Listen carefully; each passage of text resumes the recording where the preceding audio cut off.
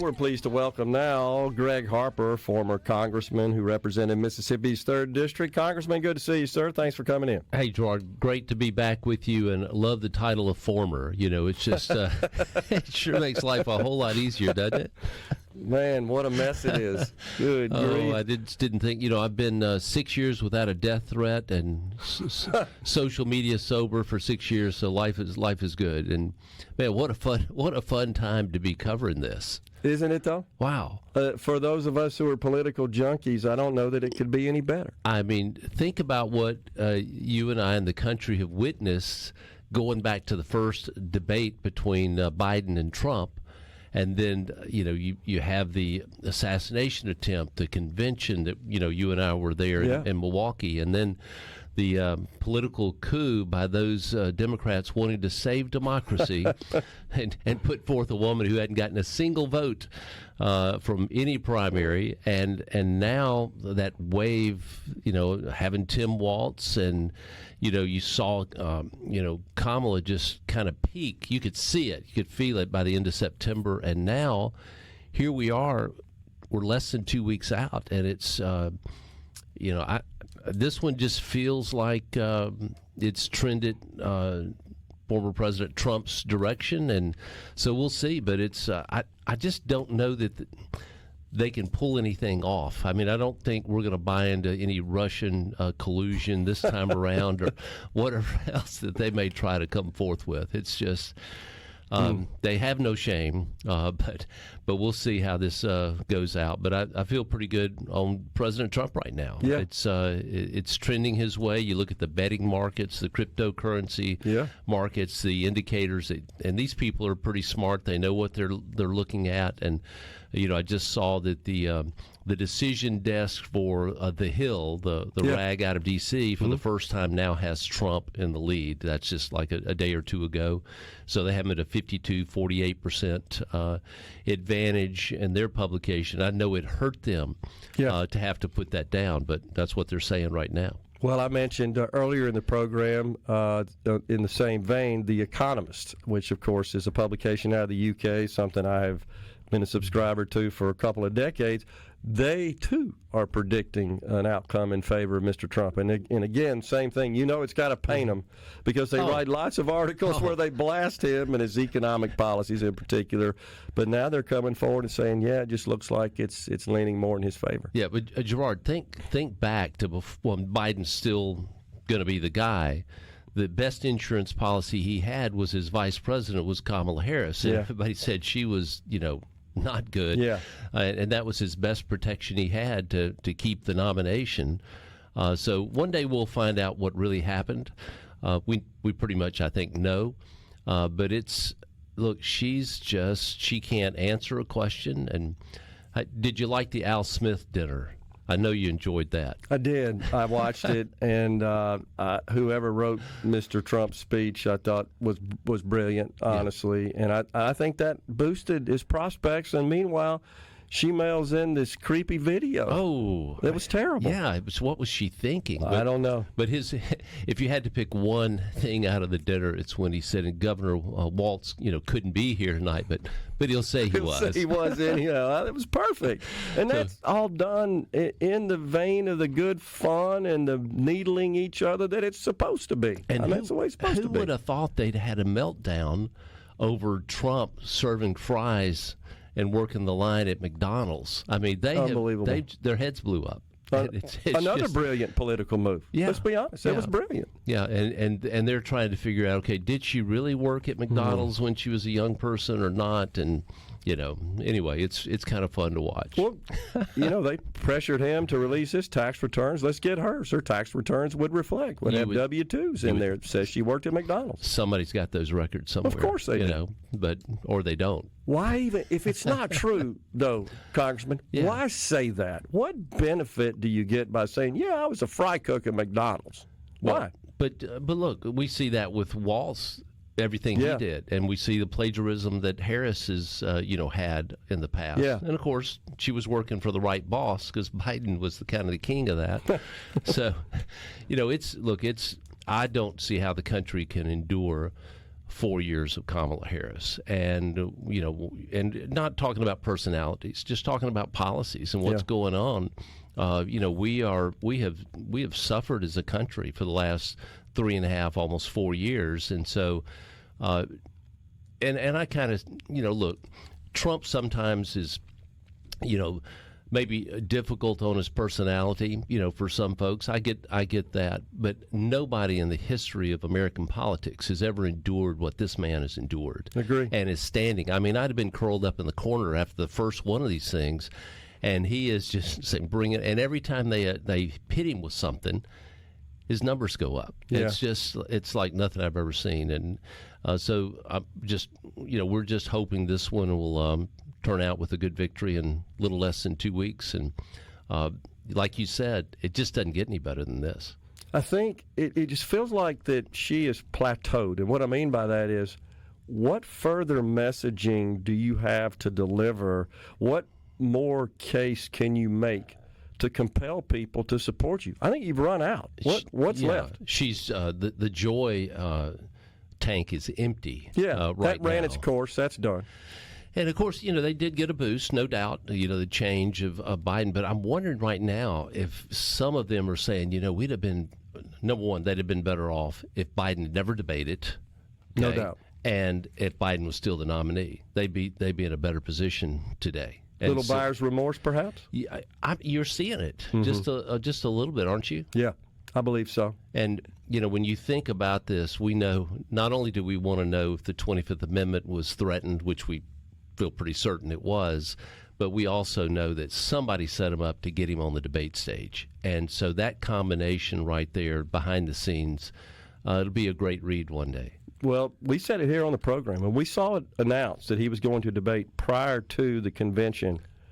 We felt like this is somebody trying to push him out, set him up for failure. So it was his final dress rehearsal. Yeah. And he flopped. He failed. Yeah. Right. So the show ended at that point. So unbelievable. It's just I still am just pinching myself on all that we've seen and endured. And I think the Waltz-Vance debate, while maybe it didn't garner as much attention, was still one of the better political shows to watch. And Vance just smoked him in that. And Waltz, and I served 10 years with Waltz.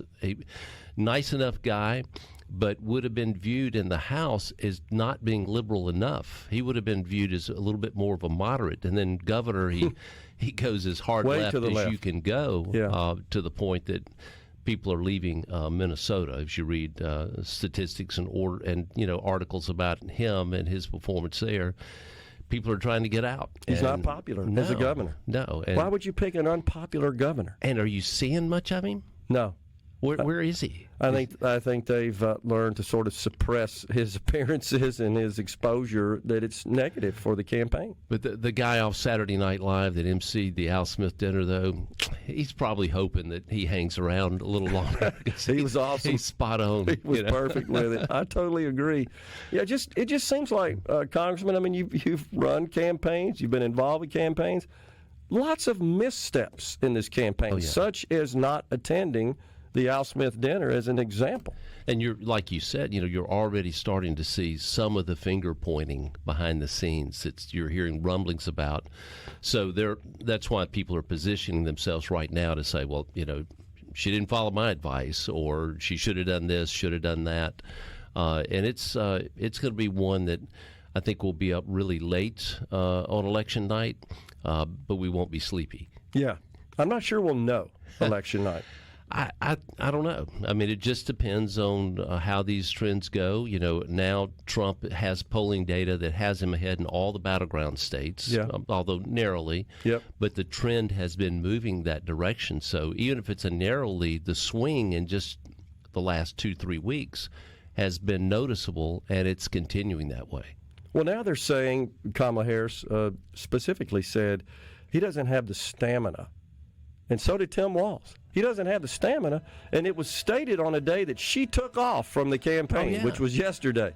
and Mr. Trump was out campaigning. No one can say that Donald Trump doesn't have the stamina to do anything. I mean, it's I agree. Amazing. He will be campaigning, hard every day until Election Day, just like he did in 16, 20, COVID kind of put the lid on that. Right. But in 16, I believe that's why he won, because he just outworked Hillary in those final 2 weeks. No doubt, and he's doing it now. Come back, talk to us some more after the break if you Love can. to. We got Thanks. Congressman Gregg Harper in the Element Well studio. Stay with History. We are in the Element Well studio with former Congressman Gregg Harper. He says he likes to be referred to as former Congressman. Yeah, it's not a bad title. We're talking about Kamala Harris and what seems to be a lot of the rats jumping the ship. Chris Cuomo, of course, the former disgraced CNN reporter, now has his own podcast, if you will, video-based podcast. News Nation host. He's also on there. And on Tuesday, he took a shot at Kamala Harris. He said, you people didn't even like her. I mean, he was emphatic. He was emotional. He was animated, raising his hands, You people didn't even like her 6 months ago. He goes on to say that she's not a black Jesus.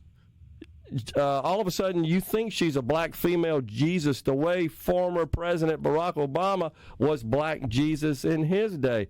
I mean, he's admonishing his own there. I'm just shocked at this. That's pretty bold, for him to say that. But it is true that nobody liked her 6 months ago. That's a true statement, and now she's 13 days away from possibly being elected president. Really incredible. Stunning. And she's just, her views are so far out of step with more than half the country. Yeah. And even with some in her party. And she just, she's going to do whatever she wants to do, and it's not going to be good for the country, as we've seen. And her saying what she's going to do on day one, but she hadn't done squat in 3.5 years. I don't know how you reconcile that. And people see that because anytime she gets questioned about that, she immediately starts attacking Donald Trump. She really won't provide any explanation for it. Gee, if you have all these ideas, you've been the vice president, you work with the president on it. The borders are. Don't forget that. At least ostensibly, you're in communication with the president, I would think, on a daily basis, discussing which way to move the country and policies you want to advocate for and so forth. Why now? Where you been the last 3.5 years? Yeah, I mean, it's look, the Democrats for the presidential race only have two things. They hate Donald Trump and the abortion issue. I don't know what else they have. They're on the obviously on the wrong side of the abortion issue, but they've got legs on that one. But as far as the rest of the things go, whether it's economy, border, you name it, they are in trouble. And that's the wall they're running up against now, is that the majority of the country believes that we're on the wrong track. Well, who's in office right now? Yeah. And why do you think it's going to be any better if she gets a 4-year term as the president? It's going to be, well, and not to mention the first husband potential, his problems too. Yeah. I mean, you could open up a whole bunch some baggage. of stuff. Yeah, no doubt about it. Well, the immigration issue is an interesting one that typically in the polls has been second to inflation and economic issues, but I've seen some recent polls that have now placed it ahead because it's affecting so much of the country, and people naturally associate that problem with the folks in charge right now. They believe that Joe Biden and Kamala Harris are directly responsible for this chaos that has ensued, with the border being essentially wide open. They just don't trust that she's genuine in saying, yeah, we're going to do something about that. Gosh, I think she's interested in building a wall. That would be a novel. That would be a really novel idea, wouldn't it? I mean, look, they open it up, like you said. It's like there's no border, and they didn't do this by accident. Now, they haven't articulated why they've done it, but we can just sit here and think about what the harm, what the burden is on local communities where they are now. I mean, whether it's law enforcement or schools, healthcare, I mean, all of those things. But if you lost your home and from the hurricane up in the mountains of North Carolina, you may get $750. But if you come across illegally, you get room and board and everything taken care of. And that's just not what this country's about. And to allow this to happen is just unfathomable. We haven't experienced it as much in Mississippi, but we have in some areas. But you've got to think that what they're trying to do, remembering that if they're in the country the next time we do the census, they're going to be counted for the purposes of congressional redistricting. And you can, states like Mississippi, Alabama, Arkansas, all of those, as a result of that, could wind up losing a congressional seat. This is a real threat. And we just shouldn't be, we shouldn't be allowed to count people that are not U.S. citizens. Count them for the purposes of the funding, fine. But for the purposes of redistricting representative offices, no, you shouldn't be able to do that. There's been legislation, proposed. Right. To change that. And we should. The Democrats won't sign on to it. We would have to have a pretty strong majority to make that happen. Across the board, both houses, and, of course, in the White House. But you cannot allow the people that have come in illegally like they have. These don't look like the dad and the family coming in. This is a different group, and you're going to have to deport those that came in. That certainly you've got them coming in from Iran and communist China. And look, we don't talk much about the northern border, but Elise Stefanik from New York and covers some of her district on the border. They've had a lot of people that shouldn't be coming across from Canada. Yeah, they're not seeking asylum in accordance with our laws. No. These are people that are here to do no good, I'm afraid. And look, they're set up for some really disturbing possibilities, as Trump's alluded to as well. Yeah. Let's talk about the House and the Senate and kind of how that's shaping up. The House, there are several seats that could make or break the House majority on November 5th. And these are in districts that maybe the average Mississippian wouldn't really think about, but New York, Alaska, California. Yeah. And there's 2 seats in Iowa. Yeah. So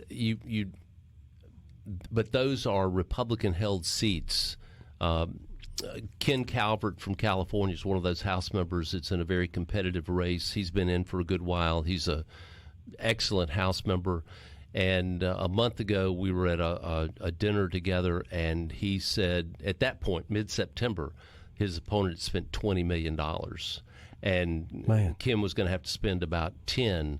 So 30. So it's more than $30 million spent for one House race. For a House seat. So the money coming in is just unbelievable, the amount that's there. But all of those are there, whether it's Ken Calvert, who's a great member, David Valadao, who is, Caucasian in a predominantly Latino district, keeps getting reelected, but it's always close. So, that's why it may be late, very late. It may be days before we know who's got control of the House. It's going to be really, really close. But if the New York seats, they hold those, they hold some of the California seats, the Iowa seats are very close, we keep the House. Yeah. So it's really, we're not going to pick up enough of a margin to make it easier for Speaker Mike Johnson. Yeah. It's going to be close no matter what. Own party. But I still think we have it's probably a coin toss right now on control of the House. I think we can do it. The Senate, I know we've talked about in the past, the Cook Political Report, which I always like to read, just a day or two, moved the Pennsylvania Senate race with McCormick and Casey into the toss-up category. Yeah. Hey, that's big news because they're probably under-reporting what that number is. So if it goes that direction, then you're in a lot better shape. But Mike Rogers, Michigan, who's running for the Senate there, depending on the polling, he's a point or two behind. Some polls have shown him tied, but that's been trending towards Mike Rogers and the Republicans. And that is the kind of member you want. Yeah. That's who you want. That's the type of person you want. Former FBI agent who gets it, who is so strong on defense issues and foreign relations issues. He'd be a perfect member. Wisconsin, as you talked about, it's in play. Ohio, and of course, what you covered, earlier is that here are these strong liberal Democratic senators that all of a sudden are trying to brag about how they can work with Donald Trump, and they had legislation that he signed that they put forth. Yeah. Now, they wouldn't be doing that if they thought Kamala was going to win. Right. So they're kind of hedging their bets right now. Fun to watch. Well, I mean, Congressman, if you think about flipping Bob Casey's seat, he's a very powerful, entrenched U.S. Senator from Pennsylvania. Absolutely. That's huge. Absolutely. So we just, look, we know right now we're going to get Montana, and we've got West Virginia. So we're going to be 51-49, but if you can give me 53 or 54, even better. We'll go celebrate. John Tester, it's time for him to go home from Montana. Home. He's going It's home. crazy. He's been entrenched in that state for so long. Well, he's a great candidate, as you know, and he's up by about 8 or 9 in polling right now. So we should win those two, but I want more than 51. I'm with you. Appreciate you coming in, Greg. Thanks. Always great to be with you. Thank you. Man. Folks, we're coming right back in the Element